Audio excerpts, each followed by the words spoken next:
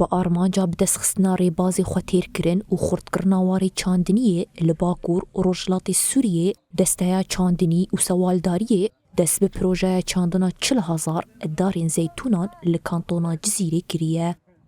Têkildarî vê projeyê Diktor Dijwar Mihemed, hevserokê Komîteya Çandinî û Sewaldariyê ya bajarê Qamişlo ji Rojava TV re axivî û hûrguliyên wê parve kirin. Dijwar Mihemed got dara zeytûnê pîroz e û dikarin gelek sûd jê wergirin.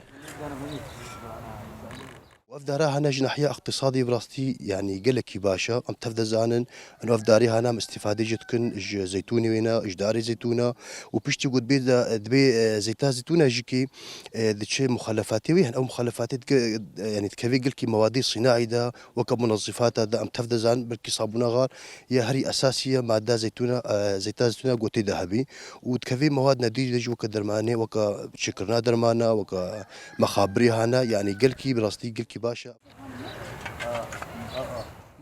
Dijwar Mihemed dazanî ku 40,000 darên zeytûnan li ser neh bajarên kantona Cizîrê hatine belavkirin. Ji wan jî nêzî 6,000 li bajarê Qamişloyê hatine çandin.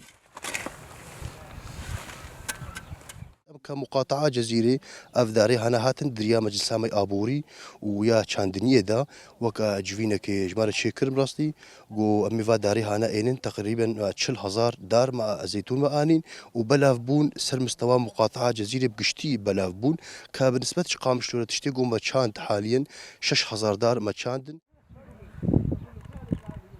Dijwar Mihemed di dawiya axaftina xwe de destnîşan kir ku rêveberiya xwe ser bi van projeyan hewl dide ku xwe têrkirinê ji herêma Bakur û Rojhilatê Sûriyê re peyda bike. فالبروجا هنا براستي يعني بروجا كنوبو جيكي ودائما يعني ريفابريا خسر جدسبيكي حتى هاجكي دائما ام توازن اكتفاء ذاتي برشي بالمنطقه ده سواء يعني جنبي سواء جبي سواء مواضيع علفي بن سواء بامبوبي ودار يعني دار افداري هنا يك جوا بروجي هابو ام توازن اكتفاء كذاتي يعني جمع شبك انتاج محلي جلاقو ام زيتوني اخوا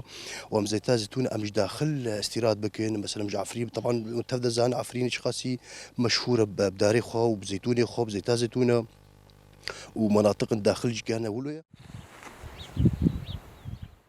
Proje nêzî 15 rojan hatiye destpêkirin û li gorî Komîteya Çandiniyê proje gava yekem a çandiniyê bi awayekî erînî birêve diçe.